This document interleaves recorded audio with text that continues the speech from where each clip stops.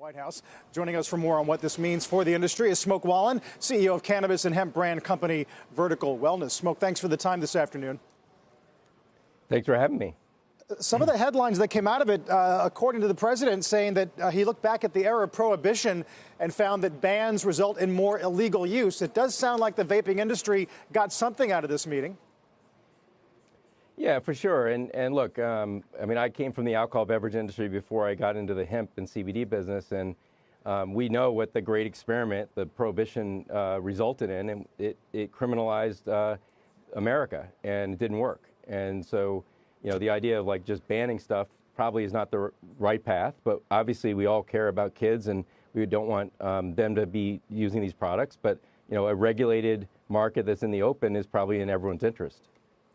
Is the industry ready for, say, a hard 21 minimum age and enforcement that we've not seen before? Yeah, look, again, I came out of the alcohol beverage industry. I was chairman of the Wine and Spirits Wholesalers of America. We live with the 21 and over age, and I think that's a logical, sensible approach to it. You know, I mean, we're growing hemp. You know, so I'm in the hemp CBD business, which obviously is on the periphery of this whole discussion, but based on your last discussion, I'm thinking about growing some hemp in space, by the way.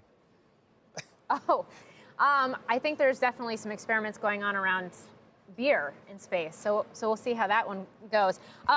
Smoke, to go back to, I realized that the focus today at the White House was on teen vaping and the crackdown there, but we have seen this health situation, this health crisis that's transpired around vaping as well, and largely linked to the black market. Do you expect that there's going to be more regulation or more discussion, more focus on how that plays out as well?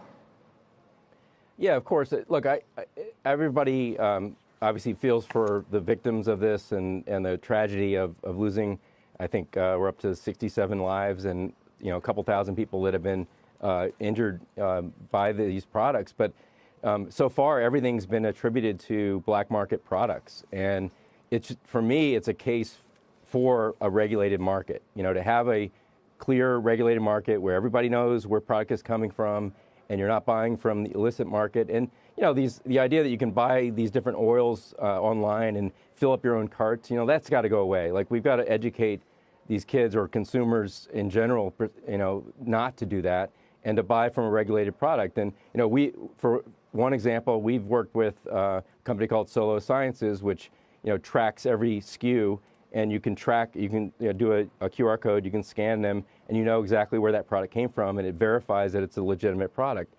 The black market is the problem here. So I'm glad there's a good debate, and I know there's lots of sides of the issue, but for sure, a regulated market is in everyone's interest. We're in a weird time, Smoke, because on the one hand, regulation is eyeing the vaping business, but just this week, House Judiciary passes this bill to decriminalize marijuana at the federal level. So there's a lot of layers going on. Oh, for sure. And look, what we're seeing is, you know, what our grandparents, I guess, experienced during Prohibition. There was a big debate. They repealed Prohibition, but the only way to do it, because there was lots of disagreement, lots of different opinions, and the only way to repeal Prohibition was to let each state regulate the alcohol within their borders, right?